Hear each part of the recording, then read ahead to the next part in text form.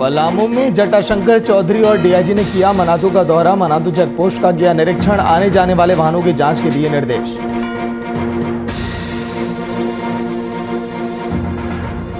रांची विश्वविद्यालय में virtual meeting का आयोजन। बैठक में द्रौपदी मुर्मू हुई शामिल। परीक्षा आयोजन को लेकर की गई चर्चा।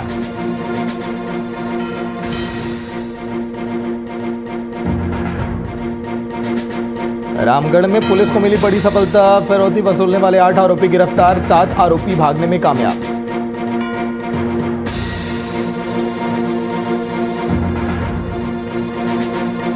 गिरिडीह में अवैध रूप से संचालित आरा मिल पर कार्रवाई। वन विभाग ने मिल को किया ध्वस्त। मिल में रखी लकड़ी को भी किया गया जब्त।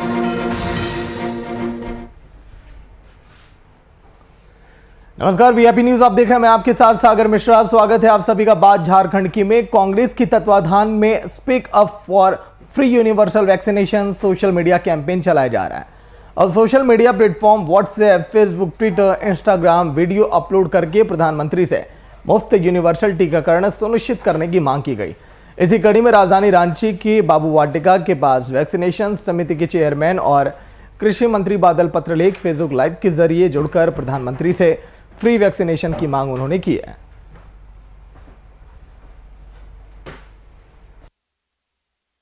मैं यही मांग करता हूं कि वैक्सीनेशन फ्री होनी चाहिए, सुनिश्चित होनी चाहिए। Micro planning each and every level होना चाहिए।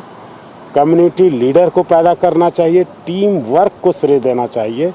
अकेला किसी से इतना बड़ा कार्यक्रम पूरा तय समय सीमा के अंदर होगा, इसमें संदेह है, संशय है।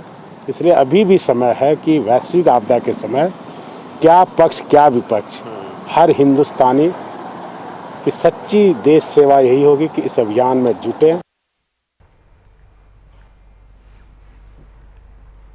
एक तरफ मुख्यमंत्री हेमंत सोरेन ने पीएम को पत्र लिखकर कोरोना वैक्सीन फ्री में उपलब्ध करवाने की मांग की है, तो वहीं कांग्रेस ने बाबूलाल मरांडी को केंद्र से बात करने की सलाह दी। कांग्रेस प्रदेश प्रवक्ता आलोक दुबे ने मरांडी पर तंज कसते हुए कहा कि उनकी जिम्मेदारी बनती है कि वे केंद्र सरकार से वैक्सीनेशन को लेकर बात करें। सीएम का पीएम को पत्र, बाबूलाल मरांडी केंद्र से बात करें, जिक्र किया गया। देखिए, इस देश में जितनी भी महामारियां हुई हैं उसके टीके बने हैं, तो केंद्र सरकार ने हमेशा पूरे देश को निःशुल्क टीका उपलब्ध कराया। चाहे हैजा हो, चेचक हो, मलेरिया हो, पोलियो हो, हर टीका इस देश के नागरिकों को फ्री में दिया गया। आज भी देश की जनता मांग करती है। बाबूलाल मरांडी जी ने कहा कि आपने तो कहा था कि हम अपने राज्य को मुफ्त में देंगे। हाँ, देंगे, ये मैंने कहा था। लेकिन आज दुनिया के आगे हाथ फैलाने की स्थिति में किसने छोड़कर रखा है? प्रधानमंत्री जी ने कहा है। आज हमारे देश की जो कंपनियां टीका बनाती है, जॉनसन एंड जॉनसन, 1 साल के लिए उसके पूरे टीके विदेशी लोगों ने बुक कर लिया है।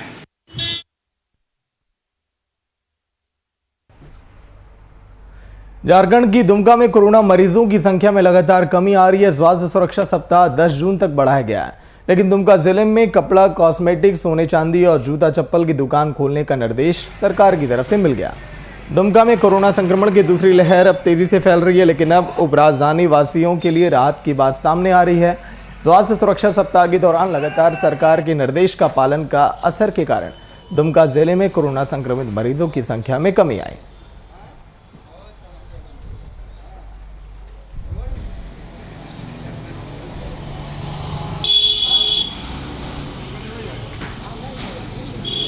कोरोना मरीजों की संख्या में लगातार कमी। दुमका की ये तस्वीरें 10 जून तक बढ़ाया गया है। यहाँ पर स्वास्थ्य सुरक्षा सप्ताह, मामलों में गिरावट और कमी, ये अच्छी बात।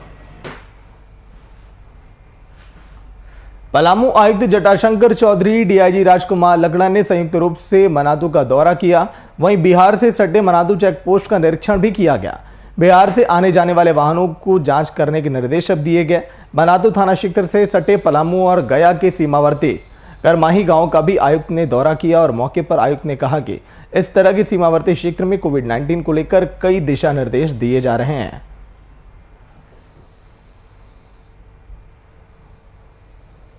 और उसको जो चेकिंग करना है, ई पास देखना है, उसका कार्यान्वयन किस प्रकार हो रहा है उसको देखना था। यह जो बॉर्डर है यहाँ पे चतरा से भी इसका बॉर्डर है, जो अंतर जिला बॉर्डर है, फिर अंतर राज्य का भी बॉर्डर है सर। उसके स्थिति से भी अवगत होना था। जी सर।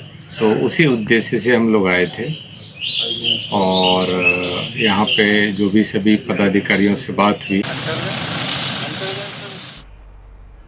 हंसडिया में हंसडिया सर्कल इंस्पेक्टर संजय सुमन, हंसडिया थाना प्रभारी आकृष्ट अमन सहित कई थाना प्रभारियों के साथ अपराध अनुसंधान से संबंधित समीक्षात्मक बैठक की गई। इस बैठक में क्षेत्र में बढ़ते अपराध पर नियंत्रण लाने के विषय में बातचीत की गई।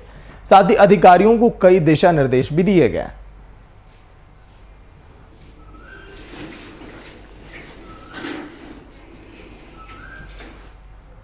बोकारो में ग्रामीण क्षेत्रों के लोगों को अधिक से अधिक वैक्सीन देने के उद्देश्य से 4 मोबाइल वैक्सीनेशन वैन को सिविल सर्जन कार्यालय से हरी झंडी दिखाकर रवाना किया गया। इस मौके पर स्वास्थ्य विभाग के कई चिकित्सक और कर्मी भी मौजूद रहे।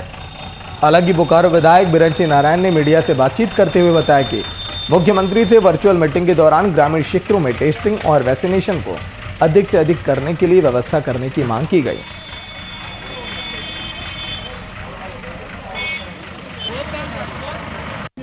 एक्चुअली जाएगी तो अभी ग्रेजुअली सभी जगह, क्योंकि हमें जैसा अनुभव हो रहा है कि जो देहाती क्षेत्र है या जहां लोग पढ़े लिखे नहीं हैं उनको मोबाइल में स्मार्ट मोबाइल को ऑपरेट करने में दिक्कत होती है, तो वो रजिस्ट्रेशन नहीं करा सकते हैं और इसीलिए मेरा वैक्सीनेशन का प्रोग्रेस बहुत अच्छा नहीं हो रहा था।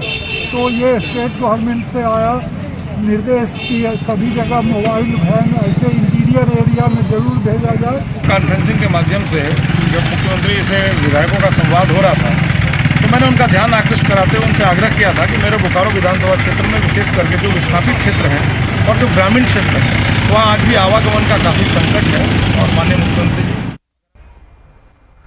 बारिश के कारण जल जमाव होने से कोरोना के साथ मच्छर जनित रोगों के फैलने की आशंका बढ़ गई, जिसको देखते हुए नगर निगम नालियों की साफ सफाई और सैनिटाइजेशन का काम अब कर रहा है। वहीं निगम स्वास्थ्य पदाधिकारी किरण कुमार ने कहा कि निगम पिछले 15 दिनों से लगातार शहर के सभी नाली नालों की सफाई कर रहा है और इसकी निगरानी के लिए 3 टीमें बनाई गई हैं।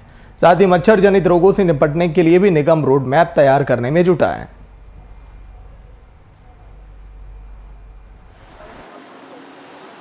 आप देख रहे होंगे कि हमारा पिछले 15 दिन से स्पेशल ड्राइव चल रहा है। स्पेशल ड्राइव में हमारे निगम के सारे ऑफिसर हर वार्ड में उनकी ड्यूटी लगी है, 3 लेवल की ड्यूटी लगी है और सारे लोग डेली निकल रहे हैं। आप लोग के माध्यम से भी हम लोग रोज एक प्रेस ब्रीफ भी दे रहे हैं कि कौन ऑफिसर कहाँ निकले और किस लेवल का वो मॉनिटरिंग किया। तो हमारा नाला नाली का सफाई तो हो ही रहा है, साथ में मच्छर जनित बीमारी जो है मलेरिया और डेंगू का भी समस्या हो जाता है। उसके लिए भी हम लोग कैसा हमारा क्या रोड प्लान होगा, क्या किस तरह से उस पर हम लोग वर्क करेंगे, हम लोग पूरी तरह से।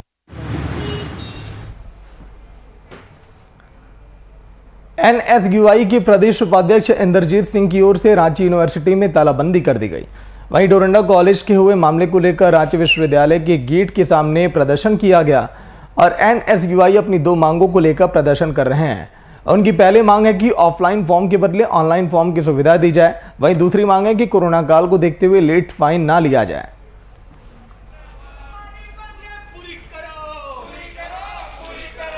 मामला है ये, कल कॉलेज की तरफ से नोटिफिकेशन दिया गया कि इन लोग को फॉर्म भरना है। इस कोरोना काल में जो पूरे झारखंड में हर जिले में छात्र रहते हैं, कोई बोकारो है, धनबाद है, दूर दूर जिलों में रहते हैं, कल वो लोग किसी तरह कॉलेज पहुंचे फॉर्म भरने के लिए, तो कॉलेज में फॉर्म भरने के नाम पे उन लोगों से लेट फीस का फाइन मांगा जा रहा है प्रत्येक स्टूडेंट से। अब ये बताइए कि इस कोरोना काल में एक तो सब यहाँ फीस देने में असमर्थ है और आप ऊपर से यहाँ पे फाइन मांग रहे हैं, कहाँ से ये जायज़ है। हम लोग 2 मांगों को लेकर कल भी कॉलेज में प्रदर्शन किए थे। हम लोगों ने बोला था कि ऑफलाइन मोड के को कैंसिल करके यहाँ पे ऑनलाइन फीस जमा करने की सुविधा दी जाए।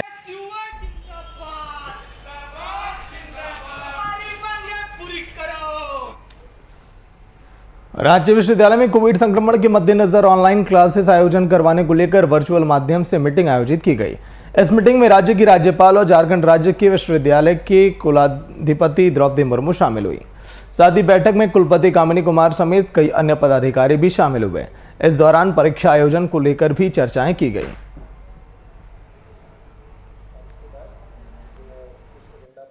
राजभवन के सभी अधिकारीगण, सभी को बहुत बहुत बधाई, बहुत बहुत स्वागत है। बहुत दिनों के बाद आप सब जानते हैं कि कोरोना के चपेट में मैं भी आ गई थी, इसीलिए एक बार हम फिक्स किए थे कॉन्फ्रेंस के लिए, लेकिन उसको डेफर करना पड़ा। और आपके साथ हायर एजुकेशन के बारे में, यूनिवर्सिटी के बारे में जो बातें होना था वो नहीं हो पाया। आपको एजेंडा मिल गया होगा और आप अपना अपना राइट ऑफ उसी हिसाब से मुझे भेजे हैं, सबको साइड मिल गया होगा। फिर भी आज हम जो भी एजेंडा है उसको हम एक एक करके डिस्कस करेंगे। लॉकडाउन के पीरियड में, कोरोना के पीरियड में आप सब बहुत काम किए हैं, उसको डिटेल में हम जाएंगे और आने वाले दिन में और हम क्या क्या कर सकते हैं। पहले हम लोग जैसे मान लीजिए एजेंडा 1 शुरू करते हैं।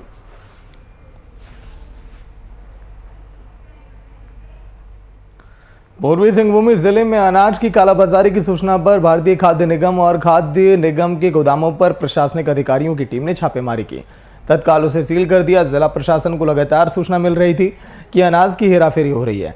इसी आलोक में जिले के उपायुक्त के निर्देश पर डीडीसी ने जिले के विभिन्न अनाज गोदामों में छापेमारी की और सभी गोदामों को फिलहाल सील भी अब किया गया।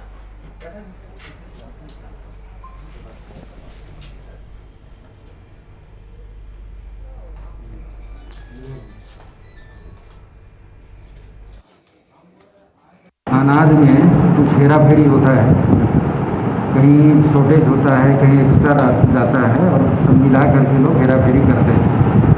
तो उसी क्रम में करंडी ब्लॉक जो ये अपना गोडाउन है, उसमें 1000 क्विंटल चावल शॉर्ट करने का सूचना है। वो काउंट करने के बाद ही ना फिर टैली करेंगे कितना शॉर्ट है कितना एक्स्ट्रा। तो यहाँ पर 1000 क्विंटल चावल शॉर्ट करने का सूचना है। उसी तरह साक्षी जेनेसी गोडाउन में। ब्यूरो चीफ लाला जबीन फोन लाइन पर पूरी जानकारी के साथ। लाला जबीन, क्या वजह रही इसके पीछे, अनाज की जो कालाबाजारी हुई फिर गोदामों को सील किया गया?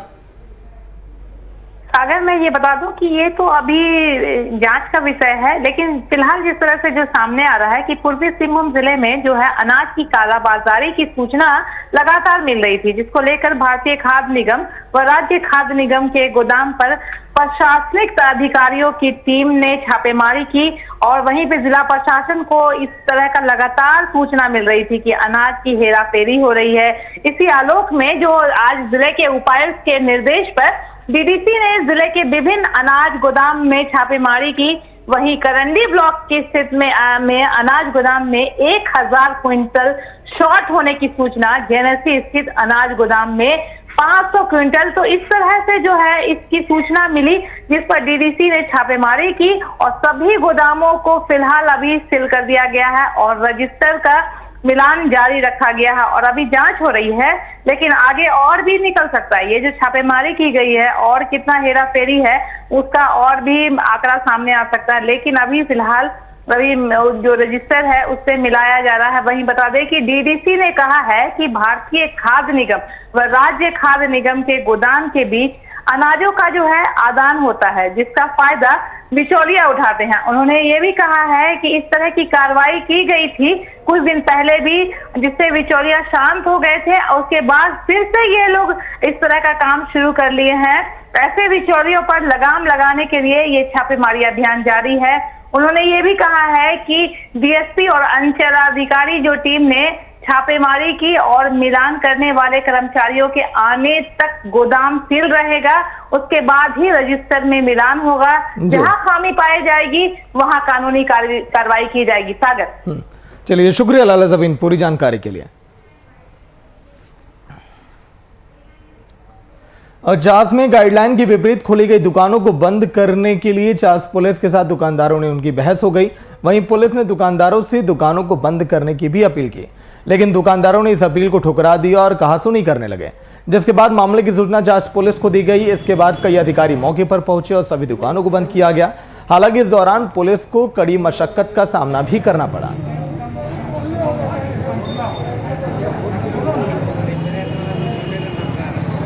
प्रशासन और दुकानदार के बीच का कोई मामला नहीं था। सारे दुकानदार लोग गलतफहमी में दुकान खोल दिए थे। हम लोग आकर के फिर उनको सरकार के गाइडलाइन का हवाला देते हुए उन लोग से अनुरोध किए। सब लोगों ने फिर दुकान अपना खोला।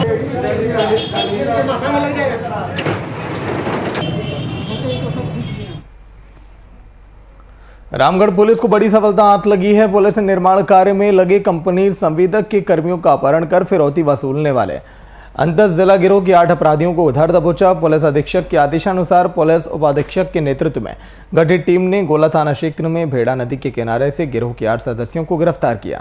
हालांकि इस दौरान 7 सदस्य फरार होने में कामयाब रहे। गिरफ्तार लोगों से पुलिस अब पूछताछ करने में लगी है।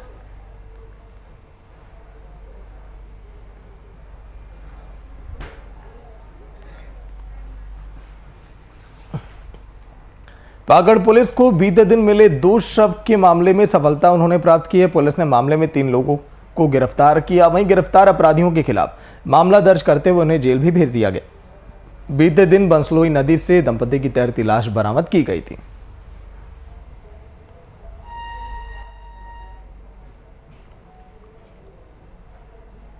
मुंडी दोनों का नहीं मिला था, इसलिए यह रहस्य बना हुआ था कि ये हत्या किस परिस्थिति में हुआ और कौन किया, किसका हत्या हुआ। ये पुलिस के लिए एक चैलेंज था, जिसको हम लोगों ने चैलेंज के रूप में लिया मैंने।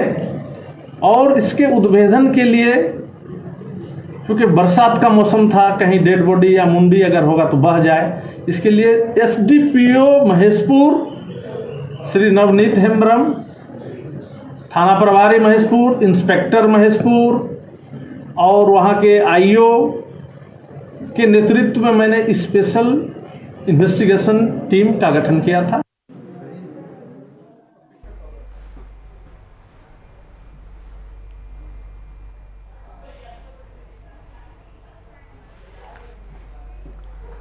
गिरिडीह जिले के गंवा प्रखंड के मालडा सिरी रोड में अवैध रूप से संचालित आरा मिल पर वन विभाग ने कार्रवाई शुरू कर दी और इसे लेकर पुलिस निरीक्षक समेत अन्य पदाधिकारियों की मौजूदगी में आरा मिल को जेसीबी से ध्वस्त कर दिया गया।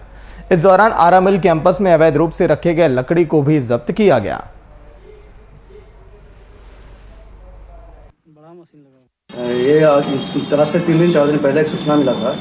मालदा में एक आरा मिल वाले अवैध रूप से आरा मिल का संचालन कर रहा है और लकड़ियों का पालन करके उसको चिरान करता है। तो हमने यहाँ का स्थानीय पुलिस इंस्पेक्टर साहब, स्थानीय पुलिस विभाग और मशीर साहब के सहयोग से आज वहाँ पर छापामारी की प्रयास किया गया, जिसमें भारी मात्रा में वहाँ कुछ लकड़ियों मिला और साथ ही साथ वहाँ का जितना भी आरा मिल शामिल था हमने लोग उसको डिसमेंटल करके उखाड़ करके अपने प्रयालय में ले आया और उसके बाद वन अधिनियम के तहत, विभिन्न वन अधिनियम के तहत उन पर आगे कार्रवाई की जाएगी।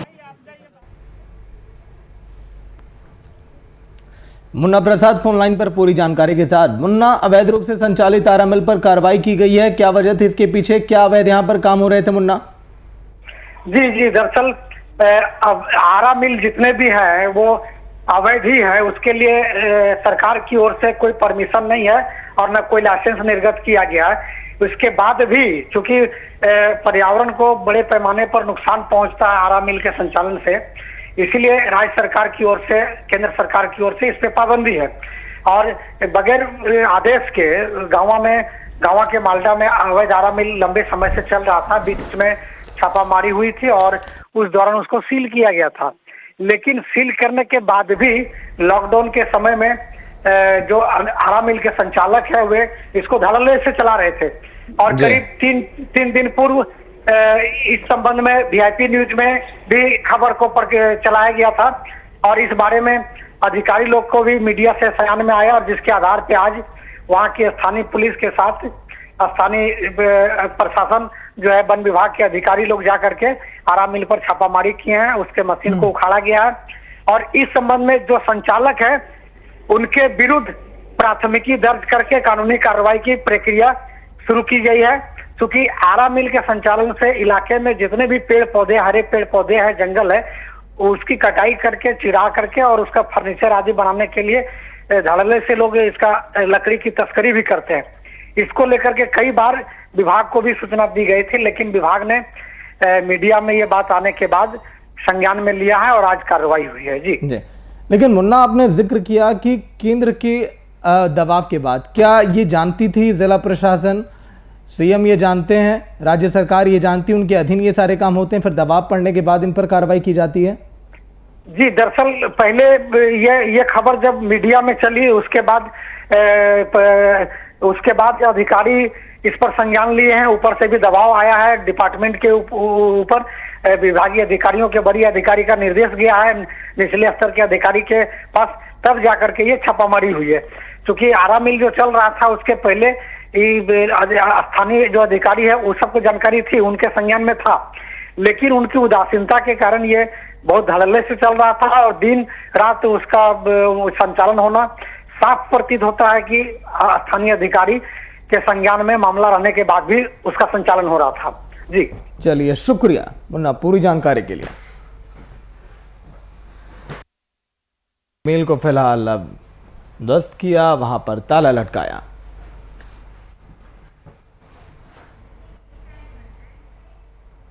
गढ़वा जिले के नगर उंटारी थाना क्षेत्र में आपसी विवाद को लेकर दो पक्षों के बीच खूनी संघर्ष हो गया। वहीं झड़प में एक व्यक्ति की मौत हो गई, जबकि 1 दर्जन से अधिक लोग गंभीर रूप से घायल हो गए। घटना के बाद सभी घायलों का इलाज अनुमंडलीय अस्पताल में जारी है। फिलहाल मामले की तहकीकात में पुलिस अब जुटी है।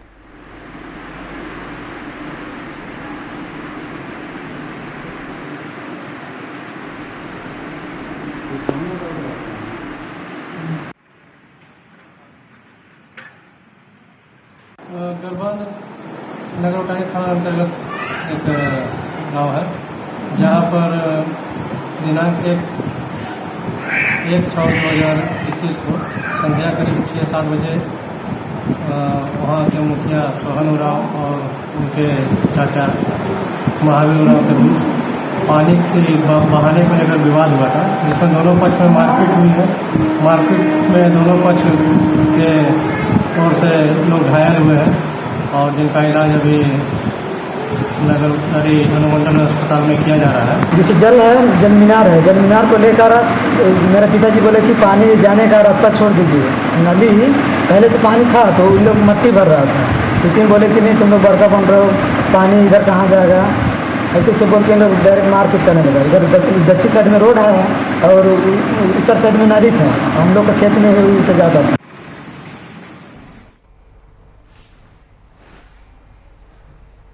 दुमका पुलिस ने गुप्त सूचना के आधार पर पाटनपुर गांव से एक फर्जी सीबीआई ऑफिसर को गिरफ्तार किया। पुलिस की गिरफ्त में आए व्यक्ति ने सीबीआई ऑफिसर बनकर कई लोगों को नौकरी देने के नाम पर लगभग 1.50 लाख रुपए की ठगी की थी, जिसकी सूचना ग्रामीणों ने पुलिस को दी, जिसके बाद पुलिस की ओर से छानबीन के दौरान फर्जी सीबीआई ऑफिसर बने व्यक्ति की गिरफ्तारी की गई। वहीं आरोपी के पास से पुलिस का एक स्कूटी सहित प्रेस ID कार्ड, आधार कार्ड समेत कई सामान वहां से बरामद किए हैं। सूचना मिली कि मसलिया थाना क्षेत्र में एक व्यक्ति सीबीआई का अफसर बनाकर कुछ दिन से ठगी का काम कर रहे हैं, जो अपने आप को सीबीआई का अफसर बना है। इस सूचना पर पुलिस अधीक्षक महोदय के आदेशानुसार एक टीम गठन कर उसका छापामारी किया गया, वो जांच पड़ताल किया गया। उस आदमी को बारे में जब हम लोग जांच पड़ताल पूछताछ किए तो हर जगह से यही सूचना मिली कि कई जगह पर वह व्यक्ति अपने आप को सीबीआई का अफसर बता के और दुकान वाले से, गाड़ी वाले से, ऑटो वाले से ठगी का काम कर रहे हैं। एक सूचना मिली कि मसलिया थाना क्षेत्र में एक व्यक्ति सीबीआई का अफसर बनाकर कुछ दिन से हंसडिया थाना क्षेत्र के नोनीहाट गांव में छेड़खानी के मामले में एक युवक को गिरफ्तार किया गया। युवक और युवती नोनीहाट क्षेत्र के रहने वाले बताए जा रहे हैं। खबरों की माने तो युवती ने हंसडिया थाना में मामले में आवेदन किया, जिसके आधार पर पुलिस ने फौरन कार्रवाई करते हुए उस युवक को धर दबोचा।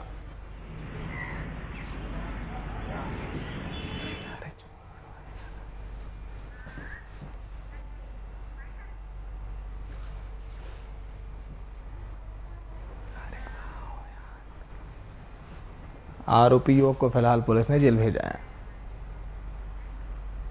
तो चलिए इसी के साथ बात झारखंड की में इतना देख रही VIP न्यूज़। नमस्कार।